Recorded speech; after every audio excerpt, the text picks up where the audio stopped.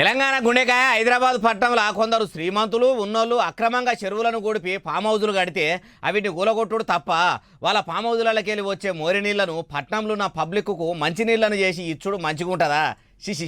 షి ఈ ముచ్చట ఇప్పుడేవాళ్ళన్నారే బాలన్న అంటారా? ఈ నుండి ఇవాళ వాళ్ళ విలాసవంతమైన జీవితం కోసం నిర్మించుకున్న ఫామ్ హౌజుల నుంచి వచ్చే డ్రైనేజ్ గండిపేటలో హిమాయత్ సాగర్ తాగునీటిలో కలిపితే ఆ నీళ్లు హైదరాబాదు నగరానికి తాగడానికి సరఫరా చేస్తుంటే వాళ్ళు నిర్మించిన అక్రమ నిర్మాణాలను వదిలేస్తే ఇక నేను ప్రజాప్రతినిధిగా విఫలమైనట్ట కాదా? మీరు ఒక్కసారి ఆలోచన చెయ్యండి.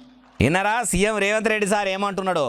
పబ్లిక్కే కావాలని పార్టీని గెలిపించి యనుమల రేవంతాలు గారిని సీఎం సీట్లో కూసోబెట్టిరట. ప్రజలకు మంచినీళ్ళు ఇచ్చే చెరువులకు మోరీ నీళ్లను పంపుతున్న ఫామ్ హౌజులను వడగొట్టకుండా వాళ్ళ దిక్కు సపోర్ట్ చేసినాడు పనిచేస్తే నేను ప్రతినిధి అయితనా అని అనుకొచ్చిండు.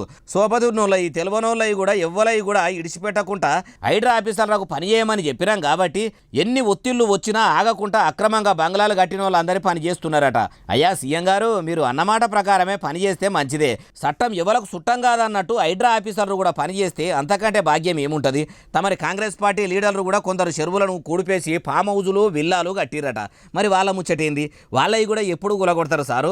అధికార పార్టీలో ఉన్నోళ్ళవి కూడా తతిమ పార్టీల బంగ్లాలు ఫామ్ హౌజులు సౌదాలు కూలగొడుతున్నట్టే కూలగొట్టిపిస్తారంటే మీరు అందరికీ సమన్యాయం చేసిన వాళ్ళు అవుతారు. సామాన్యుల కోసం పాలనగిరి ఎలగబెడుతున్న ముఖ్యమంత్రి అనిపించుకున్న వాళ్ళు అవుతారు. రేవంతాలు రెడ్డి అనే తమరు అసలు సిసలైన సీఎం అనిపించుకున్న వాళ్ళు అవుతారు.